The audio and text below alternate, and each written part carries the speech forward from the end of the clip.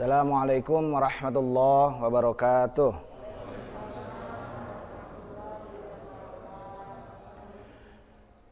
Innal hamdalillah nahmaduhu wa nasta'inuhu wa nastaghfiruh wa na'udzu billahi min syururi anfusina wa min sayyiati a'malina. May yahdihillahu fala mudhillalah wa may yudlil fala hadiyalah. Asyhadu an la ilaha illallah wahdahu la syarikalah wa asyhadu anna Muhammadan abduhu wa rasuluh la nabiyya ba'da. Para jamaah sekalian, mudah-mudahan suara saya kedengeran ya. Ibu-ibu belakang dengar, Bu? Ya. Pada pagi ini insyaallah kita akan lanjutkan lagi kajian kita masih mengenai akidah Islam ya.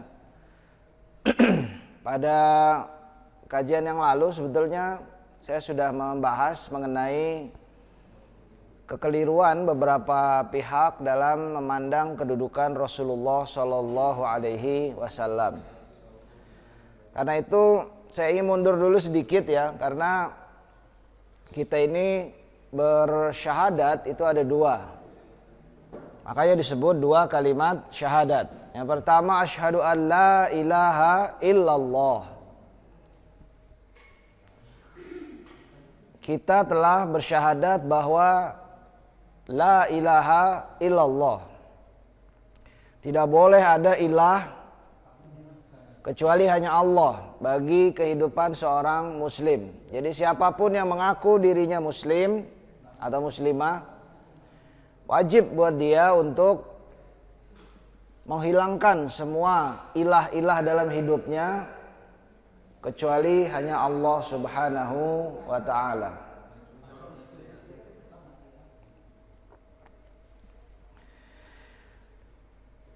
Kita telah bahas ini tentang apa itu ilah selain Allah ya, termasuk konsekuensi-konsekuensinya dan juga bentuk-bentuk yang sangat besar ya, yang telah kita bahas dalam beberapa kali kajian, seperti yang diperingatkan dalam Al-Quran beberapa ayat, yaitu tentang Togut sebagai bentuk implementasi ilah selain Allah yang begitu kuat merusak di muka bumi.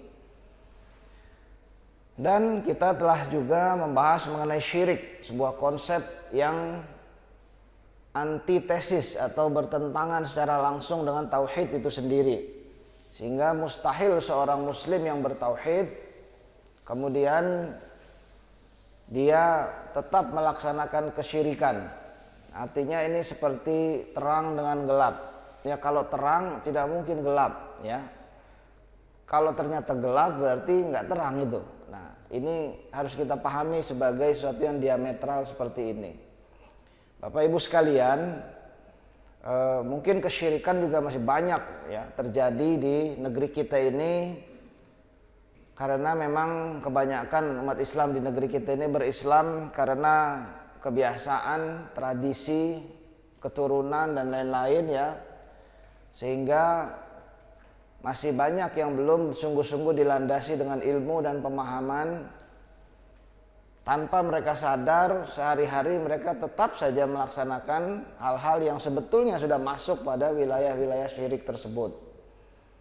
Dalam Al-Quran ada seorang bapak biasa seperti kita semua, para bapak di sini, yang bukan nabi, bukan rasul, diabadikan namanya dalam Quran, malah masuk dalam satu surat khusus, yaitu surat Luqman. Luqman ini seorang bapak biasa yang diabadikan dalam Quran karena ya nggak apa-apa ya suaranya. Yang diabadikan dalam Quran karena beliau dianggap seorang bapak yang berhasil mendidik anak-anaknya. Di antara pendidikan terhadap anaknya itu diabadikan sebagai ya bunayya la tusyrik billah. Ini sebagai bagian yang pertama yang ditekankan. Inna syirka la zulmun azim. Wahai anakku, jangan syirik kepada Allah. Sesungguhnya syirik itu adalah kezoliman yang paling tinggi. Nggak apa-apa Pak, sini kalau nggak ini nggak apa-apa, kedengeran ya. Baik, saya lanjutkan. Kalau ada yang kurang jelas, nanya aja biar langsung nanti saya inikan ya. Jadi para jamaah sekalian, memang kita harus betul-betul waspada terhadap syirik ini, karena syirik ini adalah kejahatan yang paling dibenci oleh Allah, melebihi semua dosa dan kezaliman yang lain, ya. Dan semua nabi rasul datang memperingatkan bahwa syirik ini jangankan yang besar, yang kecilnya saja bahayanya luar biasa, ya. Bisa menghapus amal-amal kita. Ya, syirik itu bentuk yang kecil adalah riya. Riya itu dari kata ro'a ya ro'u, ya, ri'a an-nas artinya ingin dilihat oleh manusia, bukan karena Allah. Satu lagi temannya itu sering disebut dengan sum'ah. Sum'ah itu dari kata sami'a yang artinya mendengar, ya. Jadi sum'ah itu pengen didengar, ya. Jadi kalau digabung riya dan sum'ah, pengen didengar, pengen dilihat. Nah, begitu, ya. Nah, jadi sekali lagi ini adalah bentuk-bentuk syirik yang kecil sebetulnya, yang bisa menghapus pahala amal yang dilakukan, ya. Jadi kalau misalnya lagi keluar itu Pak, nggak apa-apa. Jadi kalau misalnya lagi ngaji gitu ya, awalnya ngajinya biasa aja di rumah gini, ambil Quran ya. A'udzubillahi minasyaitonirrajim. Bismillahirrahmanirrahim. Alif lam mim. Dzalikal kitabu la raiba fihi hudal lil muttaqin. Tiba-tiba ada tamu datang atau mertuanya datang. Tok tok tok. Assalamualaikum. Dia di kamar terus kemudian dengar. Nah, berubah tuh ngajinya ya. Alladzina minuna, langsung suaranya mendayu-dayu. Ya, jadi yang dapat pahala cuma 3 ayat pertama doang. Ayat berikutnya kemudian terhapus. Kenapa? Karena berubah niatnya, bukan lagi karena Allah, tapi karena pengen di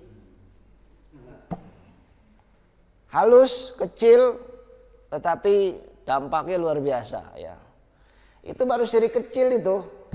Bagaimana syirik besar? Syirik besar lebih ngeri. Kenapa? Karena yang dihapus bukan hanya amal yang sedang dia kerjakan, bahkan amal-amal sebelumnya yang dia kerjakan ikut kehapus juga, ya. Dalam surah Al-An'am, dalam surah Az-Zumar itu disebut ayat-ayat yang menjelaskan sejak dulu hukumnya begitu. La yahbatanna amaluka, kami akan hapus amal-amal kalian. Lain asyrakta, kalau kalian berbuat syirik, ayahbatanna amaluka, kami akan hapus amal-amal kalian itu. Jadi oleh Allah dihapus semua sholat kita, puasa kita, segala macam, ya. Karena itu ngeri, para nabi rasul itu datang untuk mengingatkan masalah syirik ini, ya. Ini kalau nggak salah sudah saya bahas juga di kajian di sini, bentuk-bentuk syirik dan bahaya-bahaya yang kemudian bisa dimunculkan. Bapak Ibu sekalian, ya, jadi ini persoalan-persoalan penting dalam syahadat yang pertama, yaitu la ilaha illallah. Mudah-mudahan kita selalu hidup dalam kalimat tauhid ini, ya, bukan hanya dilantunkan dalam zikir, tetapi betul-betul dipahami dan kemudian dihindari berbagai hal yang bisa merusak tauhid kita ini, ya. Kemudian setelah kita benar-benar memahami tentang la ilaha illallah, juga syahadat kita yang kedua adalah wa asyhadu anna Muhammadan Rasulullah. Kita juga bersyahadat Muhammadan Rasulullah. Nabi Muhammad itu adalah Rasulullah. Jadi ada 2 ikatan kita. Pertama tauhid la ilaha illallah, yang kedua ikatan terhadap Rasulullah, ya. Nah, tentang syahadat yang kedua, sebetulnya setiap muslim itu wajib hukumnya untuk mengenal dulu siapa sesungguhnya yang disebut dalam syahadat kedua ini, yaitu asyhadu anna Muhammadan Rasulullah. Siapa sih Nabi Muhammad itu, gitu ya. Jadi kalau ada orang mengaku muslim tapi dia nggak kenal siapa Nabi Muhammad itu, ini bahaya ini, ya. Ada sebuah tanda tanya terhadap syahadat yang dia pegang. Bagaimana mungkin kita sebagai muslim lalu tidak mengenal Nabi kita sendiri? Kalau nggak kenal presiden nggak apa-apa, nggak ditanya oleh malaikat di kuburan ntar. Ya enggak? Apa malaikat itu akan nanya siapa presiden kamu? Enggak, ya. Apa malaikat nanya siapa wali kota kamu? Enggak. Yang ditanya nanti adalah kenal nggak dengan Nabi Muhammad Shallallahu Alaihi Wasallam. Dan kita nggak bisa mengklaim kenal atau nggak kenal karena kita ditakdirkan oleh Allah lahir kira-kira 1400 tahun lebih setelah Rasulullah wafat. Rasul lahir besar di Arab, ya, lahir di Mekah, wafat di Madinah. Kita lahir besar di mana, Bu? Yang kelahiran Reni ada. Jadi nggak nyambung, jauh sekali gitu ya. Tapi bagaimana kita bisa mengenal Nabi kita, Nabi Muhammad Shallallahu Alaihi Wasallam?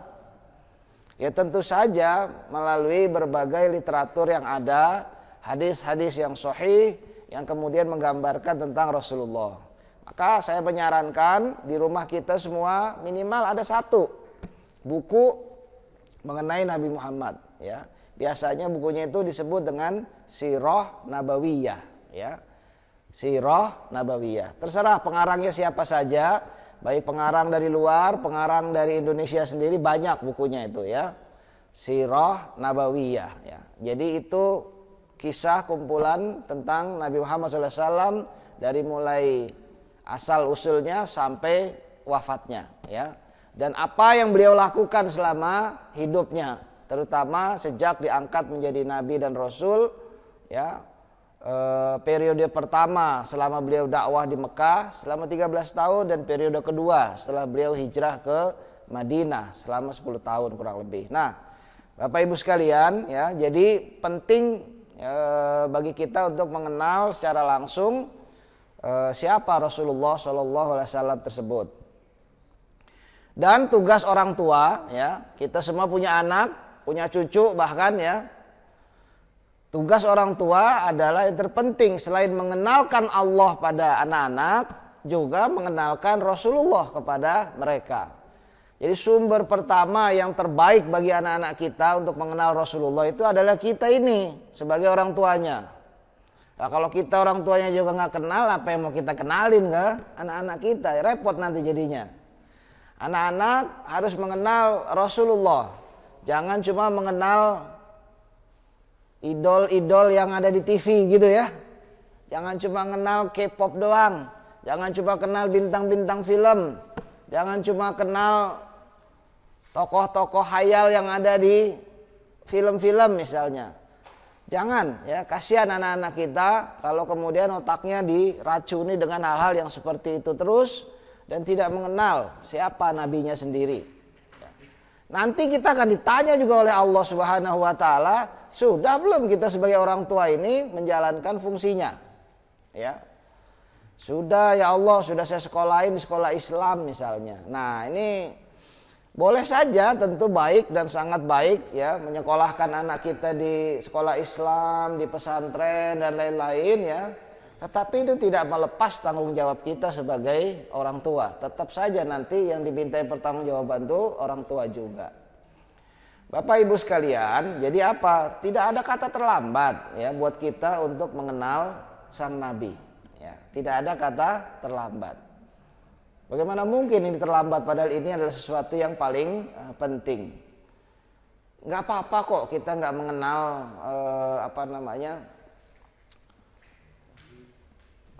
kepala daerah misalnya, kita nggak mengenal, nggak apa-apa, ya. Kecuali kalau ada keperluan kepentingan yang mengharuskan. Tapi kalau nggak kenal Nabi kita sendiri, memang jadinya bahaya. Bahayanya apa? Nah, ini yang perlu ingin saya jelaskan dalam kajian sekarang, ya. Jadi begini Bapak Ibu sekalian, Allah hendak mengajarkan kita mengenai cara hidup yang benar, ya. Karena itu Allah kemudian memilih seorang utusan untuk mengajarkan pada kita. Kenapa Allah perlu memilih seorang utusan dari kalangan manusia sendiri, ya, bukan dari kalangan malaikat, bukan dari kalangan jin, ya, tapi dari kalangan manusia sendiri. Sebab memang yang hendak Allah ajarkan pada kita itu cara hidup sebagai manusia. Karena itu perlu manusia contohnya yang langsung kemudian melaksanakan hal tersebut. Kalau contohnya malaikat, ya nanti kita bilang itu kan malaikat, kita mah apalah manusia biasa, kan begitu ntar ya. Tapi kalau contohnya adalah manusia biasa juga, ya memang ini adalah sesuatu yang bisa dikerjakan oleh manusia biasa. Nah, karena itu Allah tidak membiarkan manusia ini bingung di muka bumi, lahir nggak ngerti kenapa lahir, hidup nggak ngerti bagaimana harus hidup, apa yang mau dicari, kemana tujuannya, dan apa yang terjadi setelah dia mati, dia nggak ngerti. Kita nggak paham semua. Nah, kemudian Allah menurunkan petunjuk supaya kita jadi paham. Ya, ini loh, nggak usah coba-coba, pakai aja cara ini, cara yang memang Allah kehendaki. Itulah mengapa Allah kemudian mengutus para nabi dan rasul sejak awal. Jadi apa yang dibawa oleh para nabi dan rasul sejak awal sampai nabi kita Nabi Muhammad SAW adalah ajaran yang sama. Kenapa disebut ajaran yang sama? Sama, semua membawa kalimat tauhid yang sama. La ilaha illallah. Nggak ada nabi rasul yang mengajarkan hal yang berbeda. Nggak ada yang mengajarkan Tuhan itu tiga, nggak ada. Itu Nabi Isa bukan, nggak ada. Nabi Isa nggak pernah ngajarin seperti itu. Dalam surah Al-Maidah bisa kita baca itu ayat-ayat terakhir itu. Ya, nanti Allah akan bertanya pada Nabi Isa di hari akhir. Ya Isa, apakah engkau mengajarkan pada umatmu, kaummu untuk menyembahmu dan menyembah ibumu? Nabi Isa menjawab, Maha suci engkau ya Allah. Nggak pernah saya mengajarkan seperti itu. Kalau saya pernah ngajarin seperti itu, pasti engkau tahu. Yang aku ajarkan hanyalah agar menyembah kepadamu saja. Jadi nggak ada Nabi Isa ngajarin seperti yang diklaim oleh orang-orang sekarang yang mengaku pengikut Nabi Isa itu. Nggak ada. Semua Nabi Rasul mengajarkan kalimat prinsip yang sama. Nah, kemudian karena kita tahu bahwa Nabi Rasul ini adalah manusia biasa, ya, dalam surah apa itu Al-Kahfi ya, itu juga di ayat akhir disebut Rasulullah diperintahkan, Qul, katakanlah ya Muhammad, innama ana basyarun mithlukum, sesungguhnya saya ini hanyalah manusia biasa seperti kalian. Yuha ilayya annama ilahukum ilahun wahidun. Bedanya adalah saya ini diberi wahyu oleh Allah tentang innama ilahukum, sesungguhnya hanyalah Tuhan kalian itu ilahun wahidun, Tuhan yang esa. Jadi bedanya Nabi Muhammad itu diberi wahyu, ya, lainnya sama. Nah, Allah mengambil seorang manusia sebagai utusan, sebagai rasul untuk membawa sesuatu yang penting. Suatu yang penting untuk disampaikan. Dalam surah As-Saff, surah 61 ayat ke berapa itu? 9 ya. Allah juga berfirman, "Huwallazi arsala rasulahu bil huda wa dinil haqq liyuzhirahu 'alad dini kulli walau karihal musyrikun." Huwallazi arsala rasulahu. Dialah Allah yang telah mengutus utusannya. Jadi kalau misalnya saya mau mengutus seseorang, jadi kalau utus mengutus ini kan berarti ada 3 pihak paling sedikit. Pertama pihak yang mengutus, kedua utusannya gitu ya. Yang ketiga siapa? Iya, anunya dulu. Kalau pihaknya ya, kalau pihaknya ada yang target utusannya. Misalnya beginilah ya. Saya ingin ngirim botol ini kepada Pak Kusnadi misalnya. Lalu saya panggil ente nih, sini coba ente. Siapa Imam ya, Imam. Sini Imam, sini bentar. Sini cepat. Ya. Nah, ini kan yang di belakang kamera sekarang jadi di depan kamera nih ya. Mam, tolong kasih air ini ke Pak Kusnadi. Coba, ente kasih ke Pak Kusnadi. Nah, lihat ya. 1 saya yang mengutus, 2 imam sebagai utusan, 3 Pak Kusnadi sebagai target utusannya. Paham nggak itu kira-kira? Ya. Dalam hal ini Allah Subhanahu wa taala sebagai yang mengutus. Kemudian Rasulullah dan semua nabi rasul itu sebagai utusan. Jadi yang ketiga adalah target dari para nabi rasul itu. Ya. Disinilah kemudian bedanya nabi kita Nabi Muhammad SAW dengan semua nabi rasul yang lain. Kalau nabi rasul yang lain itu target perutusannya itu spesifik. Seperti misalnya Nabi Isa alaihissalam, nabi rasul yang terakhir sebelum Nabi Muhammad SAW.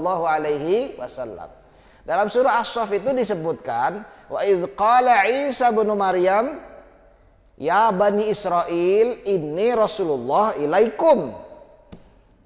Ingatlah ketika Isa bin Maryam berkata, wahai bani Israel, sesungguhnya saya ini utusan Allah bagi kalian. Jadi Nabi Isa itu hanya diutus untuk bani Israel saja, bukan buat di luar itu. Kalau kita ingat baca sejarah itu, Nabi Isa di Palestina, di Yerusalem itu diutus untuk Bani Israel di sana. Saat itu Yerusalem sedang dijajah oleh Romawi, persis kayak Indonesia dijajah Belanda dulu. Ya. Nah, Nabi Isa tidak diutus oleh Allah untuk orang-orang Romawi itu, tapi hanya untuk Bani Israel. Begitu juga para nabi rasul sebelumnya, spesifik untuk kaumnya. Ya, misalnya siapa yang kita ingat coba? Nabi Soleh ya untuk kaumnya, Nabi Lut, Nabi siapa lagi? Nabi Nuh ya, Nabi Ibrahim juga ya. Jadi kita selalu mengenal dalam Al-Quran itu kepada kaumnya. Misalnya kadang-kadang kaumnya ini disebut ya, misalnya apa itu yang terkenal, kaum Ad dan Tsamud misalnya, ya betul ya. Itu kita mengenal juga spesifik, oh ini, dan kita bisa baca sebetulnya dalam sejarah juga di mana mereka, kapan waktunya dan lain-lain. Nah, inilah perbedaannya dengan Nabi kita Nabi Muhammad SAW. Kenapa? Karena Nabi kita inilah menjadi nabi pamungkas, nabi terakhir yang menjadi penyempurna ajaran seluruh nabi sebelumnya, dan diutus tidak spesifik kepada satu kaum. Walaupun beliau orang Arab, tapi beliau tidak diutus hanya buat orang Arab. Paham gak ini kira-kira ya? Enggak pernah Allah memaksudkan Nabi Muhammad itu hanya untuk orang Arab. Lalu kita orang Indonesia jangan sok ikut-ikutan dah, ya. Lo orang Arab bukan aja pakai sok-sok. Bukan, Nabi Muhammad itu bukan hanya untuk orang Arab, ya. Nabi kita diutus untuk an-nasu ajma'in, manusia secara keseluruhan semuanya. Bukan hanya untuk orang Arab, bukan hanya untuk orang Mekah, bukan hanya untuk orang Madinah, enggak ya, tapi untuk seluruh manusia. Ketika masih hidup pun Rasul sudah menulis surat, mengirim utusan. Minimal ada 13 kepala pemerintahan saat itu yang dikirimi surat oleh Rasulullah. Mulai dari Kaisar Romawi, Kisra di Persia, para penguasa di Yaman, dan lain-lain termasuk di Mesir, ya, Habasyah atau Ethiopia di Afrika. Itu juga dikirim surat oleh Rasulullah untuk menerima Islam ini. Dan Rasul mengirim sahabat-sahabat terbaiknya untuk menjelaskan Islam ke mereka. Dan itu pula lah kenapa kemudian alhamdulillah sebagai nikmat terbesar Islam itu datang juga sampai ke negeri kita ini. Nah, karena itu tadi yang Pak Kusnadi sebut ya, walaupun tadi saya cuma bertanya 3 pihaknya ya, yang mengutus, yang diutus, dan target utusannya. Tapi jangan lupa ada sesuatu, balikin sini Imam. Itu balikin sini. Ya. Apa itu? Ininya ya. Apa ini? Nah, pesannya ya, message-nya, risalahnya. Inilah alasan saya mengangkat imam sebagai utusan. Kalau nggak ada ini yang mau saya sampaikan, lah ngapain saya manggil imam? Gitu ya. Kalau ini saya nggak perlu sampaikan, ya ngapain saya harus mengangkat imam? Karena itu, ini adalah risalah yang menjadi poin penting ya. Bedanya adalah para nabi rasul itu bukan kayak kurir online, bukan ya, yang kerjanya cuma paket gitu doang ya. Kasih udah foto dulu, cepret, udah nggak tahu lagi. Enggak, itu ada bedanya. Nabi Rasul itu tidak hanya disuruh nyampein nih, nggak cuma begitu. Tetapi beliau harus mengajarkan apa ini secara jelas. Beliau harus menunjukkan dan mempraktekkan bagaimana caranya, ya. Kalau ini adalah minuman misalnya, harus ditunjukin bismillah, cara minumnya itu begini misalnya ya. Baca bismillah dulu lalu kemudian diminum bismillah. Kalau kurang boleh teguk lagi, boleh Bu ya? Boleh. Sampai selesai gitu misalnya ya. Kalau haus ntar boleh lagi nambah. Nah, itu contoh kecil saja lah yang nggak sebanding sebetulnya. Kenapa? Karena kita sering lupa dan sering keliru menganggap. Dipikir Nabi Rasul itu kayak kurir online, cuma disuruh nyampein doang. Enggak ya. Justru ini adalah satu paket, baik risalahnya maupun rasulnya itu satu paket yang sulit untuk dipisah. Karena itu istilah untuk Allah sebagai nurun fauqa nurin, ya, cahaya di atas cahaya. Kemudian risalah maupun rasulnya juga punya gelar an-nur, ya, sama cahaya juga. Ya. Dua-duanya disimbolkan sebagai hal yang sama. Nah, yang jadi pertanyaan kali ini ibu-ibu yang jawab. Tadi kan bapak-bapak ya. Sekarang ibu-ibu nih tolong jawab. Apa Bu sebetulnya risalah yang dibawa oleh sang Nabi ini yang begitu perlunya harus disampaikan pada kita? Sehingga Allah mengangkat sang Nabi ini untuk menjadi seorang utusan. Apa Bu risalahnya itu? Coba ibu jawab. Ada yang jawab nggak? Bapak lagi? Ini diwakilin bapak aja katanya ibu. Apa Pak? Kalimat la ilaha illallah. Ada lagi yang lain? Pak, kira-kira? Hah? Yang dibawa oleh Nabi ke iya. Al-Quran. Al-Quran. Ya, makanya itu yang saya tanya Pak. Jangan nanya ke saya. Iya, semua udah ada. Iya. Iya. Jadi apa yang dibawa oleh sang Nabi Rasul ini untuk disampaikan pada kita? Itu yang penting ya, supaya kita tahu nih. Lah, kita kan bersumpahnya wa asyhadu anna Muhammadan Rasulullah. Ikatan kita dengan Nabi Muhammad itu ikatan kerasulan. Sehingga risalahnya harus kita tahu apa. Kalau kita nggak kita terima ini ya, berarti cuma ngomong doang gitu nih, ya. Harus kita terima secara utuh risalahnya itu. Kalau kita sebut terima secara utuh, berarti kita harus tahu kan apa risalahnya itu. Jangan sampai salah pula ntar, nanti salah paket. Bener kan? Ini Pak Kusnadi kan? Bener, nah baru kemudian dikirim. Kalau enggak nanti nyasar itu, ya.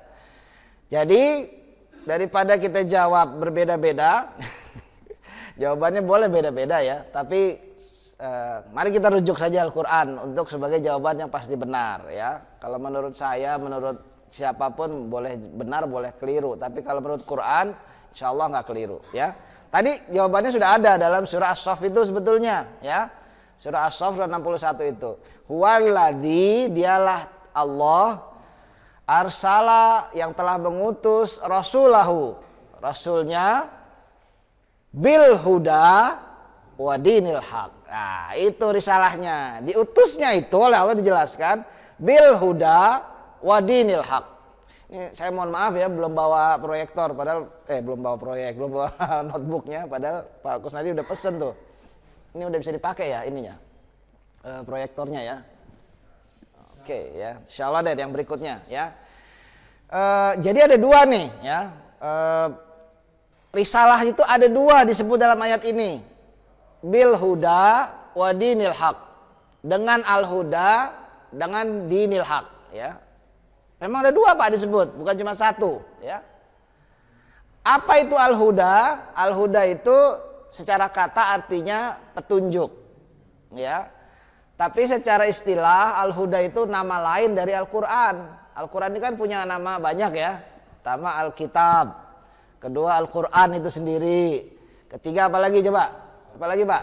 Hah? Al-Furqan, ya, pembeda yang benar dan yang salah. Apalagi? Hah? Al-Huda. Udah Pak, Al-Huda. Apalagi yang lain yang belum? Wah, ini kayaknya perlu nih ma'rifat Al-Qur'an secara khusus nih ya, nanti kita buka. Ini tadi saya sebut An-Nur, ya, petunjuk, Asy-Syifa, ya. Apalagi? Al-Mu'min. Kok Al-Mu'min, Pak? Bukan, Al-Haq bisa, ya, kebenaran, ya. Al-Mu'min itu orangnya, Pak, bukan Qur'annya, ya. Banyak sekali nama Qur'an, ya. Dalam Qur'an sendiri dijelaskan, ya, sebutan Allah untuk kitab ini. Aduh, makasih, Pak. Jadi Al-Huda ini Al-Qur'an. Jadi benar Bapak tadi, ya, jawabannya Al-Qur'an, ya.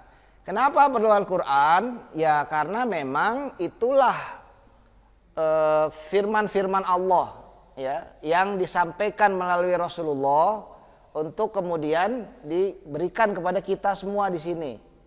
Jadi Quran itu buat kita, bukan hanya buat Nabi Muhammad, begitu, ya. Perintah dalam Quran itu buat kita. Ya nggak Pak? Emang buat siapa perintah Quran? Buat siapa Pak? Iya, buat kita ini yang mau menerima. Yang nggak menerima gimana? Ya udah biarin aja, tanggung jawab sendiri ntar, gitu kan?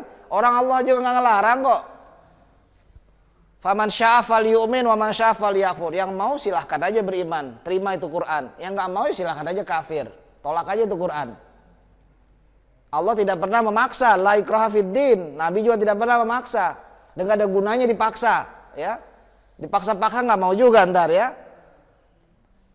Biarin aja, harus dengan kesadaran baru kemudian dia menerima Quran. Nah, kita tugasnya ngajak mereka supaya sadar. Tapi kalau memang nggak mau juga, ya sudah, biarin aja, ya. Bapak Ibu sekalian, jadi Quran itu adalah risalah yang pertama, ya, yang harus disampaikan oleh Rasulullah kepada umatnya. Nah, Quran kan belum turun kata Bapak tadi, ya. Iya belum, cuma diangkatnya Nabi Muhammad itu sebagai Nabi Rasul ditandai dengan turunnya Quran, ya. Yaitu 5 ayat pertama di Gua Hiro yang terkenal itu. Iqra bismi rabbikal ladzi khalaq, khalaqal insan min 'alaq. Iqra wa rabbukal akram, alladzi 'allama bil qalam, 'allamal insan ma lam ya'lam. Sejak itulah Quran turun. Berapa lama Quran itu turun? Berapa lama? Ya, sepanjang masa kerasulan Nabi, ya, kira-kira 22 tahun lebih, ya, 23 tahun lah, ya, kalau mau dibulatin. Selama itulah Quran turun terus. Dan kemudian oleh Rasulullah disampaikan dan kemudian direkam. Kalau sekarang ngerekamnya pakai ini, pakai itu, ya. Dulu ngerekamnya ya belum ada begini-begini. Adanya pakai apa? Yang bisa nulis aja jarang, Pak. Belum bisa, ya. Nabi sendiri buta huruf, umatnya pun umat yang ummiyun, ya, umat yang buta huruf juga, ya. Jadi jarang yang bisa baca tulis. Jadi bagaimana? Lewat hafalan, bukan pikiran, bukan begini Pak, bukan, ya. Tapi disampaikan terus dihafal, disampaikan dia. Jadi memang otaknya itu luar biasa, ya.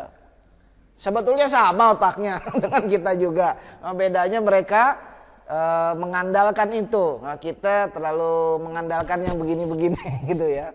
Sehingga akhirnya malas menghafal. Malas menghafal nggak nih? Jam masih nih? Enggak ya? 6.236 ayat Quran itu dihafal. Gampang, ya. Para imam ahli hadis itu lebih ngeri lagi. 300.000 hadis, Bu, dihafal, ya. Apalagi Quran yang cuma 6.236 ayat, ya. Hadis 300.000 aja dihafal itu, ya. 30 juz Quran itu. Kita berapa Pak hafalnya? Juz 30. Belum tentu. Waduh, kalah mana anak kita nih ntar, ya. Nah, jadi Bapak Ibu sekalian, ya, emang susah Pak ngapal Quran? Susah nggak sih? Hah? Nggak. Ini kayaknya hafal-hafal pada hafiz Quran semua nih jamaah sini, ya. Insyaallah, amin, ya. Kalau saya keliru-keliru baca diingetin Pak. Jadi jangan imamnya keliru baca, makmumnya juga diem bengong semua juga ya. Jadi hafal Quran itu nggak susah kok ya. Siapa sebut? Allah sendiri yang sebut dalam Quran ya. Quran itu sudah dimudahkan buat kita. Cuma mau apa enggak? Yang susah itu bukan hafal Quran, yang susah itu ngatasin malesnya ya. Nah, itu aja yang susah. Kalau itu bisa, insya Allah gampang. Nah, Bapak Ibu sekalian, ya, jadi sekali lagi Quran itulah risalah yang kemudian harus disampaikan. Ya. Seluruh isi Quran itu bukan dari keinginan Nabi. Tidak satu pun hurufnya, kata-katanya yang berasal dari Nabi. Tapi semua betul-betul wahyu yang diwahyukan. Inilah maknanya ketika disebut dalam Quran, wa ma yantiqu 'anil hawa in huwa illa wahyun yuha. Ya. Tidak ada yang yantiqu, yang dilisankan, yang sampaikan oleh Rasulullah itu, yang dikatakan oleh Rasulullah itu 'anil hawa, berasal dari keinginannya, berasal dari pikirannya, berasal dari perasaannya, enggak ada. In huwa illa, sesungguhnya dia itu tidak lain kecuali hanya wahyun yuha, wahyu yang diwahyukan padanya, sehingga disampaikan lagi ya. Jadi nggak ada satupun ayat itu yang berasal dari pikiran Nabi, perasaan Nabi ya, nggak ada ya. Kalau kita pikiran perasaan kita yang banyak, ini Nabi nggak ada. Tapi bukan berarti semua ucapan Nabi itu wahyu, paham nggak nih? Ya enggak dong, enggak semua ucapan Nabi itu wahyu. Yang wahyu cuma yang Quran doang ya. Di luar itu Nabi ya berkata-kata seperti biasa ya, ngobrol seperti biasa ya, memberikan instruksi tertentu seperti biasa, dan itu bukan Quran ya. Sehingga kemudian ucapan-ucapan Nabi yang lain itu direkam juga oleh beberapa orang yang lain, disebut sebagai hadis, bukan Quran ya. Nah, ini dulu kita paham ya. Tapi yang kemudian menjadi risalah yang pertama disebut dalam surah As-Saff tadi adalah Al-Huda atau Al-Quran. Bagaimana dengan yang kedua yang disebut Wadinil Haq? Nah, Bapak tadi jawab agama tadi ya. Iya Pak, betul itu. Din itu artinya agama ya. Sebetulnya bukan agama ya. Ini saya sering cenderung tidak menggunakan kata agama. Karena kalau kita sebut agama, kita sering membandingkan Islam ini dengan agama lain ya. Padahal beda jauh antara Islam dengan agama lain. Kalau agama lain cuma ngajarin ritual-ritual aja. Islam tidak hanya itu, ya. Islam tidak hanya soal ritual, tapi seluruh aspek kehidupan. Ya. Kalau agama lain, misalnya soal sosial nggak diatur, Islam diatur. Kalau agama lain soal makanan minuman pun nggak diatur, bebas-bebas aja. Islam diatur mana yang halal, mana yang haram. Bahkan milih teman pun diatur dalam Islam. Ada yang boleh ditemenin, ada yang tidak boleh atau haram untuk ditemenin. Ya. Jangankan ditemen, duduk bareng mereka aja nggak boleh. Disebut dalam Quran. Ya. Jadi nggak sama ya dalam pemerintahan. Oh, Islam itu sangat mengatur masalah pemerintahan. Kata siapa Islam nggak? Kita yang nggak ngerti Islam aja yang sering dibodoh-bodohin kayak begini. Karena kita nggak ngerti Islam itu yang jelas. Nah, Bapak Ibu sekalian, karena itu kalau kita mau bersyahadat yang benar, maka din al-haq ini harus kita terima juga sebagai risalah yang harus memang diterima. Karena ini dari Allah. Huwallazi arsala rasulahu bil huda wa dinil haq. Dialah Allah yang telah mengutus utusannya, rasulnya dengan al-huda dan dinul haq. Dinul haq itu apa? Din itu cara hidup. Millah juga cara hidup ya. Cuma millah itu prakteknya oleh orang, din itu aturan, cara hidup yang Allah turunkan. Cara hidup yang benar itu. Dinul haq itu cara hidup yang benar. Cara makan yang benar, cara minum yang benar, cara nyari nafkah yang benar, cara membentuk keluarga yang benar, cara bersosial yang benar, dan lain-lain ya. Itulah dinul haq ya.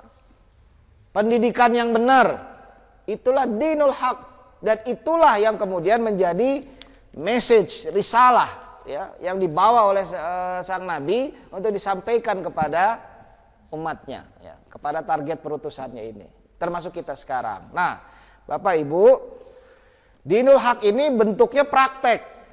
Kalau Quran itu teorinya gitu ya, dinul haq itu praktek dari Al-Quran itu. Sebab kalau cuma teori doang, kita nggak ngerti gimana prakteknya yang benar. Ya. Di negeri kita Pancasilanya sama, undang-undang dasarnya sama, prakteknya belum tentu sama. Ya. Coba lihat, tiap pemerintahan beda-beda pemahamannya soal Pancasila dan undang-undangnya. Coba kita ulang sejarah deh ya. Zaman Bung Karno dulu, masih ada Bung Hatta. Setelah Bung Hatta mundur, berubah lagi jadi kayak apa ya.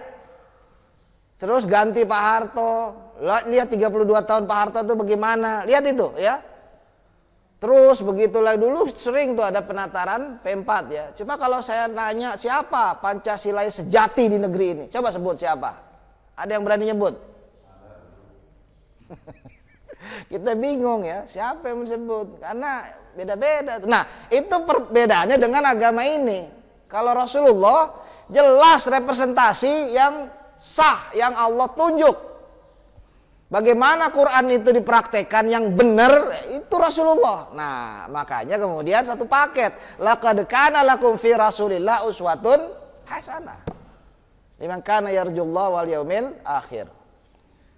Pada diri Rasulullah itulah ada contoh teladan yang benar buat kalian. Itu yang dituju, jangan yang lain. Kalau ke ketua DKM ya mungkin ada benarnya ada salahnya ya. Kalau ke Pak Kiai A, Ustadz B ada benarnya ada salahnya. Tapi kalau Rasulullah nggak ada salahnya. Sehingga para imam madhab ya, terutama Imam Malik bin Anas yang tinggal di Madinah itu menyebut perkataan siapapun boleh diterima boleh ditolak kecuali perkataan ahli kubur ini katanya. Sambil menunjuk makam Rasulullah. Ini dulu nih supaya kita ngerti ya. Jadi kita menjadi penting tahu tentang bagaimana sikap, perkataan, ajaran, contoh dan lain-lain dari Rasulullah. Karena mempelajari sirah nabawiyah, mempelajari tentang Rasulullah itu bagian dari bagaimana Islam dipraktekkan. Oh begini praktek Islam yang 6.236 ayat Quran itu dipraktekkan oleh Rasulullah bahkan di hal-hal yang sulit sekalipun ya. Sehingga kita jadi ngerti ya. Iya boleh. Terkait syiar dengan syirik yang disampaikan tadi pertama. Ya, masalah syirik ya. Yang kalau kita kan bisa misalnya dari baca Al-Quran dengan pelan terus tiba-tiba ada mertua datang, nah itu kita itu kan mensiarkan atau mensyirikan misalnya ustadz mertuanya yang kurang paham terhadap Islam dengan kita akan membaca dengan lebih kenceng lebih itu biar mertua itu akan ikut paham daripada kita itu gimana kita kan membedakan kan kalau syirik sedikit pun akan menghapus Ya. Amalan-amalan kita yang sudah berjalan lama gitu Ya. untuk membedakan syiar atau syirik ya ini yang itu kita. Ya. Inna na'lamu ma yusirruna wa ma yu'linun ya, dalam surah Yasin disebut begitu ya. Sesungguhnya kami mengetahui yang mereka tampakkan maupun yang mereka sembunyikan gitu. Jadi apakah segala sesuatu yang ditampakkan itu berarti riya gitu ya, atau sum'ah gitu? Ya belum tentu Pak ya. Saya tadi ngambil contoh ketika seorang melakukan riya. Ini memang sengaja ya. Alladzina yu'minun, begitu mertua datang. Sebelum mertua datang nggak begitu Pak, biasa aja bacanya. Begitu tahu, oh mertua pergi lagi dulu, balik lagi bacanya biasa lagi. Nah, betul tergantung niatnya. Jadi, apakah baca Quran dengan lagu yang bagus itu nggak boleh? Ya boleh. Cuma kalau niatnya pengen dipuji orang, ente kena sum'ah. Kalau niatnya cuma pengen dilihat orang, ente kena riya. Ya. Ntar dulu Pak, belum selesai ya. Jadi, memang ini persoalan yang tidak ada orang yang tahu kecuali dia dan Allah. Nggak ada, mertua sih mantuk mah mantep bener dah katanya. Suaranya nggak salah nih pilih jadi mantu. Ini nggak tahu ya, nggak ada orang tahu ya. Kita nyumbang masjid untuk bangun ini, disebut namanya dari Pak siapa? Bapak? Pak Jainuddin, 50 juta. Wah, ya kan? Itu ria tuh. Siapa bilang ria? Kata siapa ria ya? Ini kan pengen supaya ente juga, Pak Jainuddin 50, masa kita malu-malu lah, minimal berapa kek gitu. Nah, itu sih bukan ria Pak ya. Sedekah yang ditampakkan itu tidak selalu ria ya. Memberikan motivasi, tapi kita kan nggak tahu Pak. Persoalannya kita nggak tahu apakah itu ria atau beri motivasi. Saya mengingatkan diri kita masing-masing semua, bukan buat nunjuk orang, ya. Saya nggak nuduh bapak, saya nggak nunjuk bapak, enggak. Cuma saya ingin mengingatkan, bapak dan Allah, ibu dan Allah tahu itu syirik apa enggak, ria apa enggak. Kenapa? Karena kemudian begitu itu masalah ria, udahlah otomatis dihapus sama Allah. Allah tuh sangat-sangat cemburu. Hati-hati ya. Allah itu sangat mencintai kita dan sangat mencemburui kita. Orang istri bapak aja cemburu, apalagi Allah gitu kan? Ya. Karena apa? Syirik itu definisinya bukan tidak menyembah Allah. Ya, syirik itu kan dari kata asyrok ya. Asyrok itu, syaraka itu artinya mencampur. Ya, lawan dari syirik adalah apa Pak? Lawan dari syirik? Ya enggak syirik ya, itu mah jawaban. Lawan dari syirik apa Pak? Ikhlas tuh, ibu tuh yang tahu tuh ya. Kenapa? Khalaso artinya memurnikan. Tidak boleh ada campuran. Syaraka itu mencampur, asyrok itu mencampur. Ya, jadi syirik itu definisinya disebut dalam Quran, surah Al-Isra dan banyak lagi surat yang lain ya. Wala taj'al ma'allahi ilahan akhar. Jangan kau jadikan ma'allah, bersama dengan Allah ada ilah yang lain. Nah ya, ma'allah ilahan akhar, bersama Allah ada ilah yang lain. Jadi Allahnya nggak hilang, tetapi ada yang lain masuk. Itulah kenapa la ilaha illallah harus dihapus semuanya. Nah, amal yang buat Allah tiba-tiba ada untuk nyenengin orang lain, pengen dipuji orang, nah, itu sudah langsung kena. Ya, dan Allah tahu itu. Yang kita cuma sir kayak begitu ya, di dalam pikiran doang, di dalam niat doang. Allah tahu itu. Dan kita nggak bisa lari dari itu. Nah, ini. Jadi itulah kenapa ini disebut syirik kecil, karena bercampur di situ. Bercampur di situ. Iya betul ya. Saya ambil contoh yang lain deh ya, yang mungkin agak ekstrim sedikit ya. Jadi gini, seorang petani tiap pagi dia ke sawah nyangkul, ya kan, dari pagi sampai sore, dan istrinya bawain makanan buat nanti siang dimakan di sawah dan seterusnya. Suatu udah berhari-hari begitu, tiba-tiba satu kali lagi nyangkul di sawah nemu belut. Belut ya, apa namanya? Nemu belut. Dapat belut, dimasukin di botol ya, lindung tuh, dibawa pulang. Sama istrinya dimasak. Enak banget masaknya lagi kan? Wah, enak nih. Makan belut kayak begini. Besoknya dia ke sawah, ketemu lagi belut, bawa pulang lagi, dapatnya lebih banyak. Kasih lagi istrinya, masak lagi. Berikutnya dia ke sawah, kerjanya cari belut aja coba. Sawahnya dicuekin. Paham gak itu? Perubahan niat itu.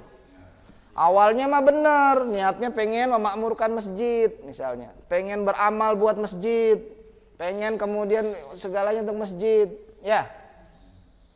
Di tengah jalan karena sering dipuji, wah emang Pak Jainuddin misalnya, wah emang Pak Jainuddin ya, wah, kok jadi senang, lama-lama jadi pengennya dipuji orang. Ya bukan Pak Jainuddin secara khusus, enggak Pak ya. Ini yang kemudian bisa jadi persoalan. Dia masih tetap ke masjid, dia masih tetap ini, tetapi akhirnya yang dicari adalah pujian orang. Saya ambil contoh lagi yang lain. Seorang santri, imam misalnya, baru lulus pesantren. Ya, dari mana pesantrennya ya? Dari Jawa Timur misalnya, balik lagi ke Renijaya, ke kampung halamannya.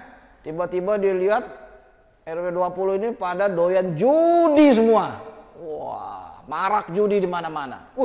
Sebagai santri yang baru lulus pesantren, imamnya langsung Apa sebabnya nih? Ternyata banyak yang main judi, nomor buntut itu ada sebuah pohon di sebelah sono misalnya dekat lapangan. Orang pada minta nomor di pohon itu, katanya ada jinnya penunggu yang tukang ngasih. Orang pada sesaji semua ke situ, bawa teh, dan saya lagi bawa macam-macam kembang 7 rupa ke sono supaya dapat nomor, lalu dapat pasang buntut. Akhirnya imam dengan rasa tauhid yang tinggi pulang asah kampak ya, bawa golok, pergi ke pohon situ, lalu kemudian mau ditebang tuh pohon. Ini biang keroknya di sini rupanya katanya. Mau ditebang itu, begitu dikampak jinnya keluar. Woi, sembarangan katanya. Ini tempat gua, lu mau kampak-kampak katanya. Lu yang bikin syirik, lu rupanya. Ceritanya nih, dialognya gitu ya. Lalu kemudian, emang apa kalau gitu? Wah, akhirnya cabut golok, imam berantem sama itu jin. Kalah jinnya. Udah hampir dibunuh, jinnya minta ampun. Ampun, tolong jangan dibunuh. Apa, kenapa bikin ribut? Pokoknya sekarang saya nggak mau lagi deh, janji katanya. Enggak kan? Tapi kan namanya setan ya, setan itu kan dari golongan jin ya. Namanya setan kan tukang bohong. Biasa. Kemudian dia bilang janji nggak lagi. Oke. Awas kalau begitu. Ntar ente mau ngapain di sini? Mau bangun pesantren, bangun masjid? Saya bantu deh kata jinnya. Cie, bantu lagi ya. Tiap pagi bawah bantal ada 10 jeti. Wah, 10 juta dikasih tiap pagi di bawah bantal buat bikin pesantren, bangun masjid. Pokoknya awas kalau bikin masyarakat sini judi lagi ya. Iya ampun, akhirnya dilepas. Dan benar sejak itu nggak ada lagi, dia nggak pernah lagi nongol. Dikasih sesaji apa juga nggak pernah nongol. Sehingga orang mulai meninggalkan itu ya. Nah, tiap pagi ternyata benar di bawah bantal dapat 10 juta. Wih, ada bener. Nah, besok lagi begitu, dipakailah buat bangun pesantren. Setelah 2 bulan, seperti biasa imam bangun tidur, kagak ada duitnya. 10 jutanya. Ah, lupa kali gitu ya. Besok nggak ada, seminggu nggak ada, balik lagi imam ini asah golok lagi. Kurang ajar nih, berarti udah bukan lupa nih, udah hianat nih katanya. Ditebang, datang lagi bawa kampak, ditebang lagi tuh pohon, keluar lagi jinnya. Apalagi nih katanya. Apalagi. Janji 10 juta mana ternyata kagak ada.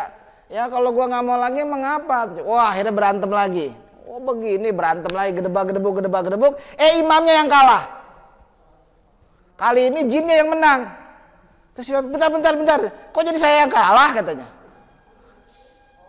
Kata jinnya apa? Dulu kamu menang, tahu nggak kenapa?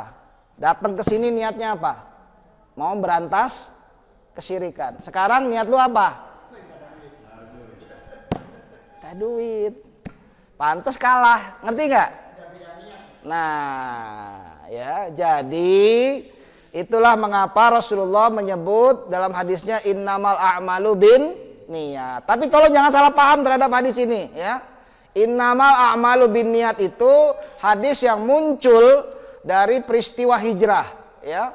Ketika ada orang hijrah, niatnya bukan betul-betul untuk hijrah karena taat pada Allah dan Rasul, tapi karena pacarnya pingin dia hijrah baru mau dinikahin. Ya. Kemudian Rasul bersabda begitu. Apa artinya? Innamal a'malu bin niat itu maknanya ada Rasul mengingatkan perbuatan baik, amal soleh itu supaya diterima oleh Allah butuh 2 syarat. Pertama, niatnya benar. Kedua, caranya benar. Salah satu salah, maka nggak diterima oleh Allah. Niatnya salah, caranya benar, nggak diterima. Niatnya benar, caranya salah, nggak diterima juga. Sholat subuh niatnya benar 3 rakaat. Ya, mau belajar dulu gitu ya. Sholat subuh kok 3 rakaat. Apalagi niatnya salah, caranya salah. Oh ya udah pasti nggak diterima ya. Sehingga innamal a'malu binniyat itu mengingatkan, Bapak ngaji, baca Quran, makmurkan masjid, sedekah dan lain-lain itu hanya diterima oleh Allah kalau niatnya benar. Itu maksud innamal a'malu binniyat. Kalau niatnya salah nggak diterima oleh Allah. Ya. Hadis ini tidak bisa dipakai menjadi dalil bahwa cara yang salah itu akan boleh asal niatnya benar. Itu keliru. Ente ini udah melanggar hukum. Nggak apa-apa, niat saya kan baik. Nah, ini nggak benar ini ya. Ente salah, mau niatnya apapun ya salah. Zina ya zina. Mau niatnya nanti dinikahin kayak apa kayak salah, itu zina, nggak bakal diterima oleh Allah. Itu ya. Jangan sekali-sekali ada pikiran kita, nggak apa-apa deh caranya salah, yang penting niatnya kan bener. Nggak bisa. Caranya salah udah pasti nggak diterima. Ya, makanya hati-hati. Ya. Itulah ikhlas itu, murni itu bukan hanya dalam persoalan niat, tapi juga dalam persoalan cara. Syirik itu tercampur itu tidak boleh hanya dalam soal niat. Saya niatnya untuk Allah kok. Ya tapi terus kenapa mintanya ke pohon? Kenapa mintanya ke kuburan kuda? Coba lihat itu. Caranya kemudian jadi persoalan. Ya. Dalam surah Az-Zumar ayat 3 ini diperingatkan. Alladzina yattakhuduna min dunillahi aulia. Ya. Siap orang-orang yang menjadikan selain Allah sebagai aulianya. Mereka mengatakan mana abuduhum illa liyuqarribuna ilallahi zulfa. Kami tidak menyembah berhala ini kecuali hanya untuk mendekatkan diri kepada Allah sedekat-dekatnya. Jadi kita nggak nyembah berhala kok. Ini sebagai cara aja supaya mendekat pada Allah. Allah sudah menyebut itu perbuatan syirik. Mau itu niatnya betul-betul karena Allah, tapi kenapa lewat berhala gitu ya. Itu harus dibuang ya. Ini yang perlu kita paham sehingga wajar kalau dalam surah As-Saff tadi saya ingatkan risalah itu ada dua, Al-Quran dan Dinul Haq. Kita baca Qurannya, kita tahu bagaimana prakteknya seperti yang Rasulullah contohkan. Jadi ini dua-duanya harus digandeng. Kalau nggak digandeng, maka Islam itu jadi timpang dan akhirnya jadi rusak. Akhirnya Quran kita tafsirkan seenak diri kita sendiri, tidak mengacu pada Rasulullah. Akhirnya ajaran Quran ini disalahpahami. Akhirnya dipakai oleh sebagian yang terlalu ekstrim kiri atau ekstrim kanan. Akhirnya jadi kita bingung mana Islam yang benar. Ya, yang ekstrim banget semua orang kafir dibunuh-bunuhin, bodoh amat katanya. Ekstrim yang satu lagi orang kafir dipuja-puji, bahkan dijadikan contoh ideal. Kan sama-sama ngaco nih akhirnya ya. Kita nggak ngerti mana yang benar kecuali kalau kita kembali menurut yang dicontohkan Rasulullah. Di situ kita akan mempelajari lagi insya Allah berikutnya ya Pak Kus ya, nanti saya akan kasih silabusnya mengenai wa asyhadu anna Muhammadan Rasulullah. Apa sebetulnya Rasul itu? Bagaimana kedudukannya, sifat-sifatnya yang sudah kita sering pelajari sebetulnya. Cuma kita akan jauh lebih pahami lagi tentang hal-hal yang berkaitan dengan Rasul. Termasuk yang paling penting nanti materi tentang wajibuna nahwar Rasul. Kewajiban kita terhadap Rasul. Kalau betul kita bersyahadat wa asyhadu anna Muhammadan Rasulullah. Demikian ya untuk hari ini. Ya, kalau ada pertanyaan lagi, udah cukup. Oke, kalau udah cukup kita tutup dengan kafaratul majlis dan hamdalah. Subhanakallahumma wa bihamdika asyhadu an la ilaha illa anta astaghfiruka wa atubu ilaik. Walhamdulillahirabbil alamin. Assalamualaikum warahmatullahi wabarakatuh.